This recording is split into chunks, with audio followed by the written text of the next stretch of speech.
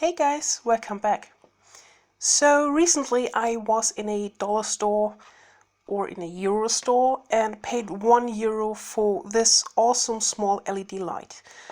At first I didn't think it would be great. I thought €1, it can't be that bright, it can't be that useful. But after thinking for quite a while about it, I think it's really nice to have. And it has many uses. So this is designed to either be mounted with this Velcro strap that's pre-attached on the back, or be mounted with a screw over here, or maybe you can even use these holes. It needs two AAA batteries, and it's a completely simple design. It has a plexiglass switch part where also the LED is encased in. And if I turn it on, it is really bright. I want to take a look inside and then talk a bit about some modifications you can make, and one I will definitely make, and some applications you can use that for. So let me grab a screwdriver and open that thing up. Okay, maybe I should first remove the batteries. This light is designed as a small light you can install pretty much everywhere. But I think this, well, it has some advantages and some disadvantages. For one, it needs batteries. Yes, you can buy rechargeable batteries, but the problem with that might be that they get discharged over time. LEDs are really efficient, but still they can get discharged. Nonetheless, having this thing is not only great to light a certain area, but also if your power is out, your breaker has tripped, you can just, if it's attached with a Velcro strip, just grab it off of a wall or a piece of furniture and then switch it on and guide you the way to the breaker board. That's one thing. Or another thing is, I will show you that later, I have two tool compartments, and it would be nice to have this light, or rather two of them, beside each other, so I can switch it on and see exactly what kind of tool I want to grab. And especially for my tool compartment, for this application, I thought it might be good to not use it on batteries, but instead modify it. But more on that later. So now let's take a look inside. Okay, I have to be careful. And well, that's it. And that's to be expected. There's not much to see. We have the battery compartment. We have one of the battery. Let me see first. Yeah, they are connected in parallel. So plus or minus is in here. Plus or minus is directly connected to the LED over here. The other side comes out to the switching part. And if I get this in as it was, I think it was like that.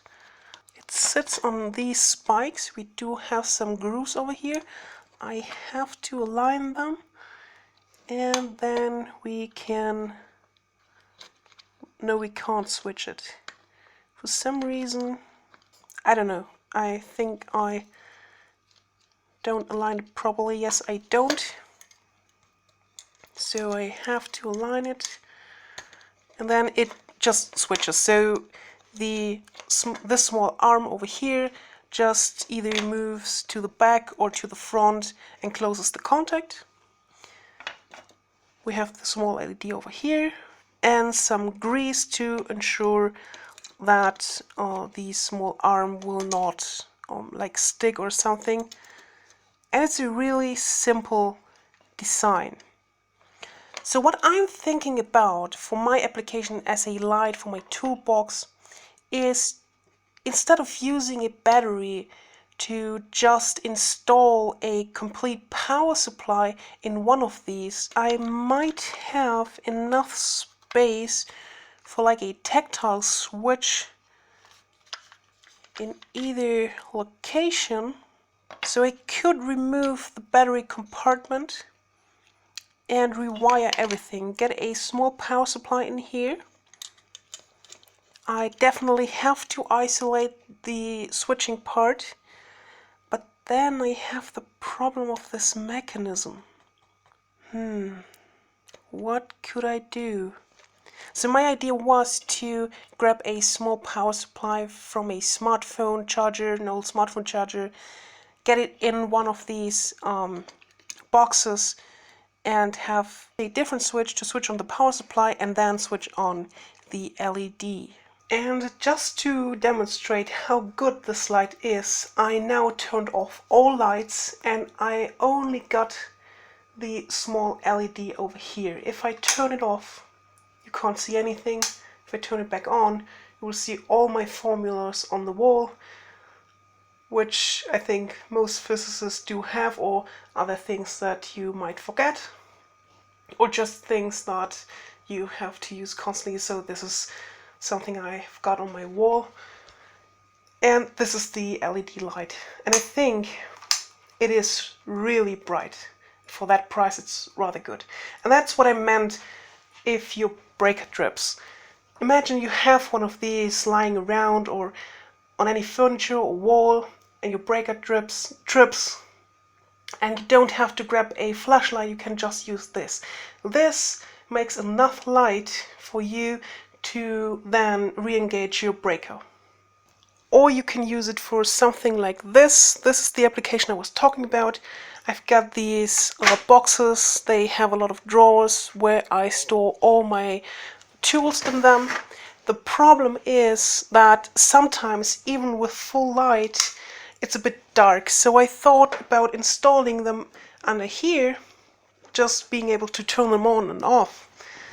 And it's a bit hard to show, but let me just stick it in here. So if you, oh, that's not really strong. So if you take a look at my screwdrivers over here, I can see them.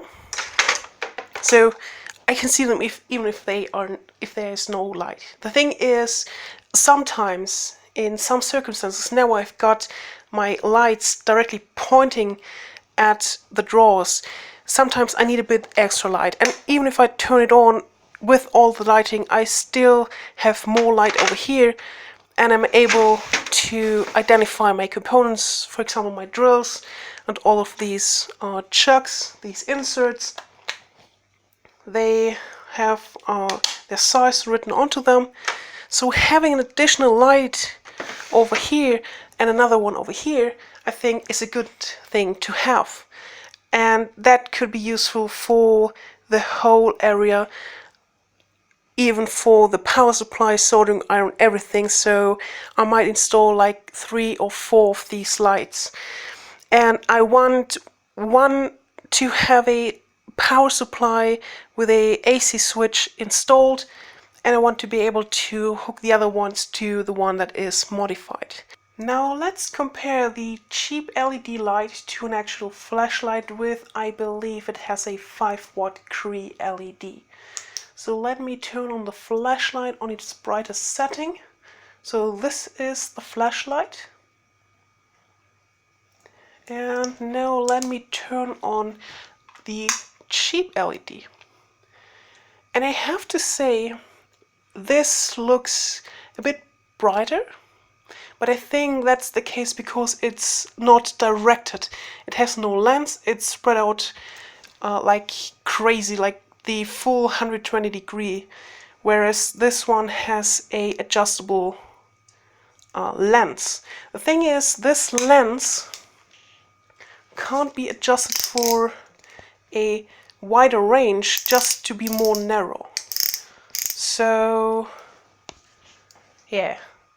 It feels brighter, the cheap one, and if I turn it on, it also looks much brighter on the screen of my smartphone. So Yeah, that's interesting. But I think, as I said, this is just because of the fact this light is more spread out. This is not a really fair comparison because the flashlight definitely have a longer range, it can shine. This one will disperse after a few meters. That's it for today. I hope you liked the video, and if you did, please leave a like, comment down below, and other than that, thanks for watching and see you next time. Bye!